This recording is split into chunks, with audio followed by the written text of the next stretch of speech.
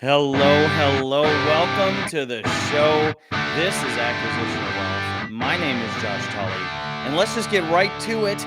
If this is your first time joining us, make sure to go back, watch episode or listen to episode number 1. It serves as a great base and a foundation for everything else that follows it. Of course, as always, like, share, subscribe.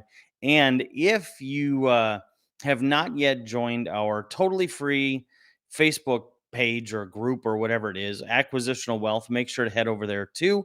Just go to Facebook, Acquisitional Wealth, and I'll see you over there. We do wonderful regular sort of Q&A sessions for listeners and viewers who have questions based on what they are hearing on this wonderful program. So make sure you head over there.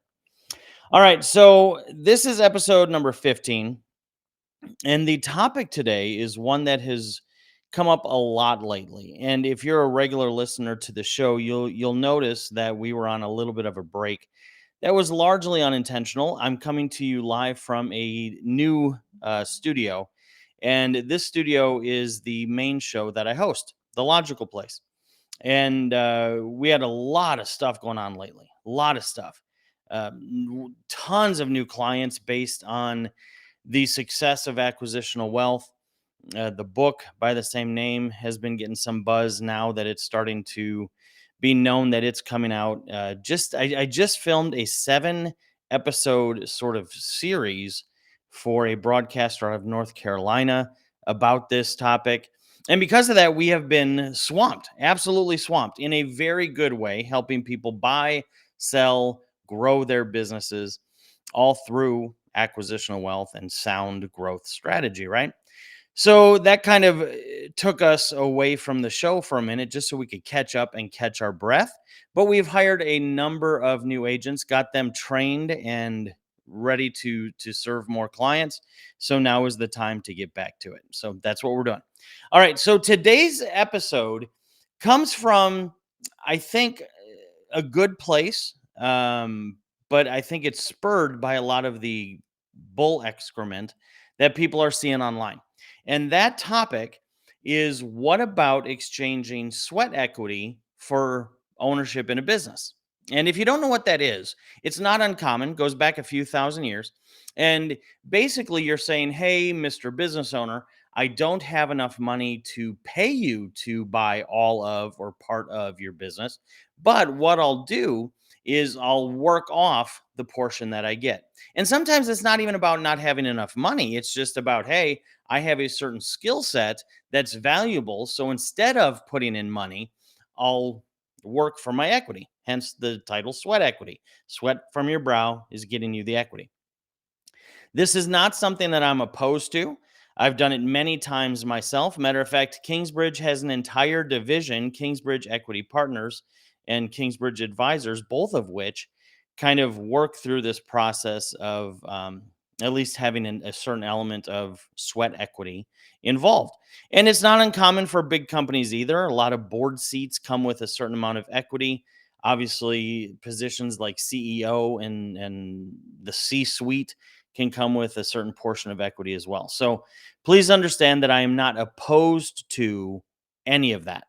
Now, with that being said, why might it seem like I'm opposed to it when it comes to this idea of acquisitional wealth and people buying a business? Because I don't think it's the best choice for a lot of people. And I know a lot of these gurus out there are telling everybody, since they have no skin in the game, hey, just go out there and do sweat equity deals, man. And, that's how you get equity in businesses, and fill in the blank, right?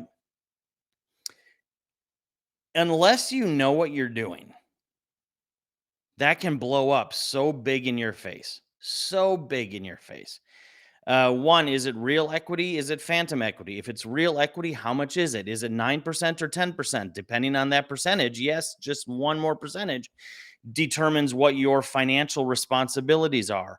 Are there any capital call requirements? Oh, wait, the guru didn't talk about what that means? Go figure. Do you own 20% of the company? How is 20% ownership different than 10% ownership, which is different than 9% ownership? What happens if the owner decides to get rid of you? What's the process if you mess up and they fire you? What is the process if somebody else buys the company? Does your phantom equity convert quickly if you didn't get regular equity? See all these questions, and I'm serious about that. And that's just a few off the top of my head. I have seen so many situations where people are like, "Oh, I'm going to do sweat equity, dude."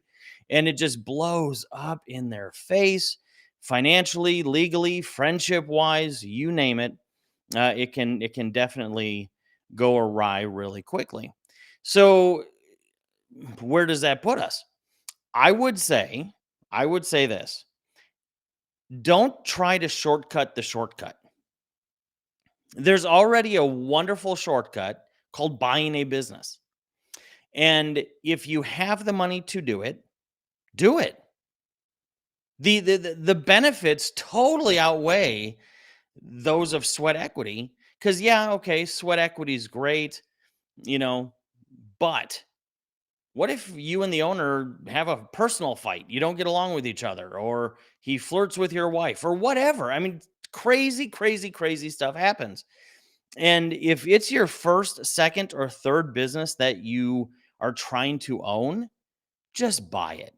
Once you get bigger than that, sure, start doing some sweat equity deals. Got it. Yep. Awesome. If you have a massive amount of experience in a particular skill set that's valuable to a business, um, does that change things? Possibly a little bit. Possibly a little bit.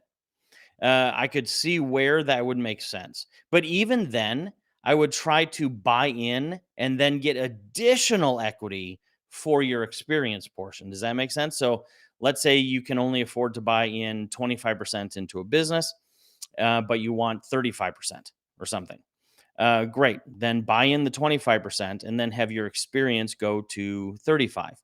And when I say there's so many variables on this, there are so many variables on this. I'm serious. I mean, you have situations where does continued effort on your part equate to more equity over time? Let's say you're an equity partner for sales. Does sales are there bonuses that equate to more equity? Are there option rights where you can buy in more if you want to? And with that option, are there set levels of price points to buy certain proportions? Again, just another set of a tiny, tiny off the top of my head example of all the different options that can come about when it comes to this idea of sweat equity for ownership. And I think what happens, a lot of these gurus who don't know what they're doing. And even if they do, they're not providing a service that they're legally bound to you for some reason because they don't want to have the risk and responsibility themselves. I think what it allows them to do is attract a large audience of people who cannot afford a business and should not be in a position to do sweat equity deals anyway. But because it seems like a money for nothing sort of situation, it attracts them. It just does. It attracts them. And then they start, following them on Instagram, maybe buying their courses or whatever. And I have noticed lately a lot of people who've been kind of through the buy a business guru funnels out there.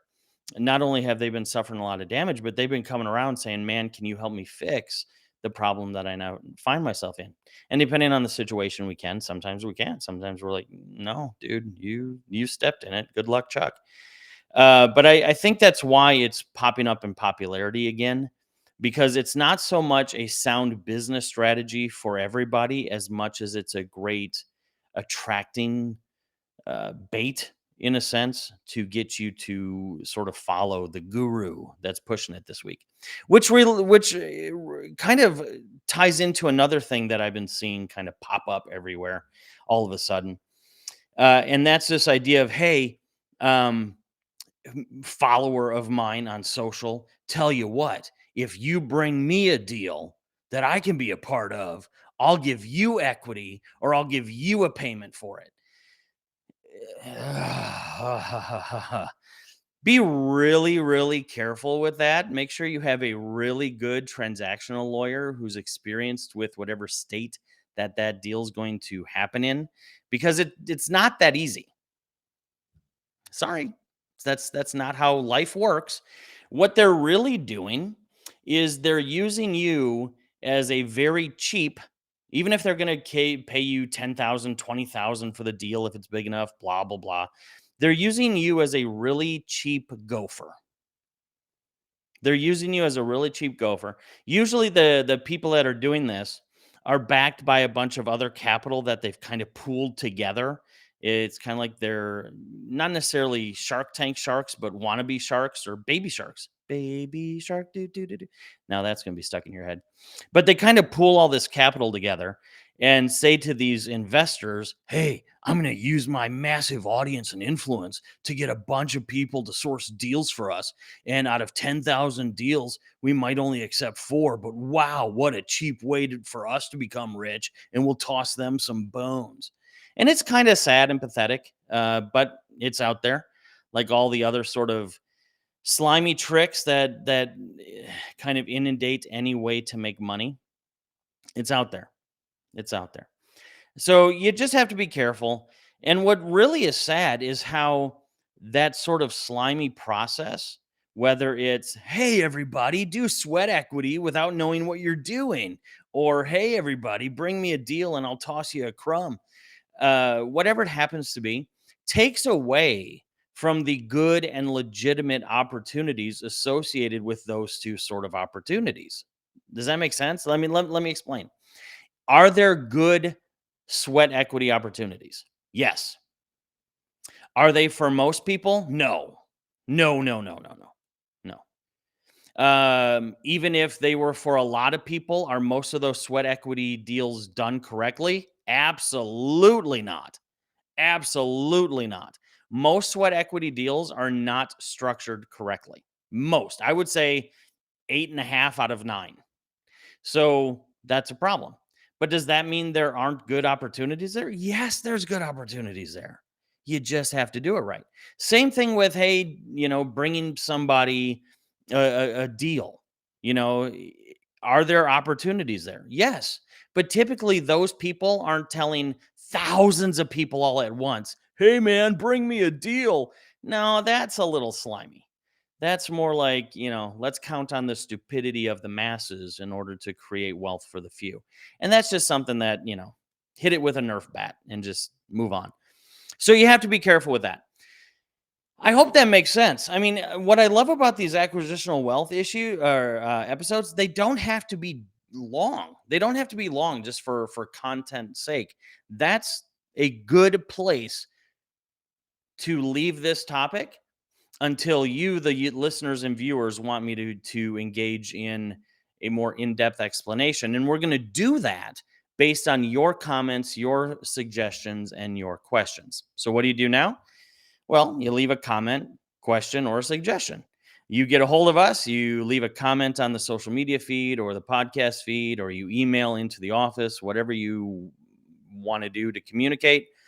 And we are going to direct the show to make sure you get the answers and the resources that you're looking for. And while you're at it, make sure you like, share, and subscribe to this video. Share it with other people, and I mean it. Share it. Share it with a lot of people, because we know there's a lot of junk out there, and I want to make sure that at least there's an antidote available to all that junk. Does that make sense? Wonderful. Then I will see you or talk to you in episode number 16, which should be dropping shortly.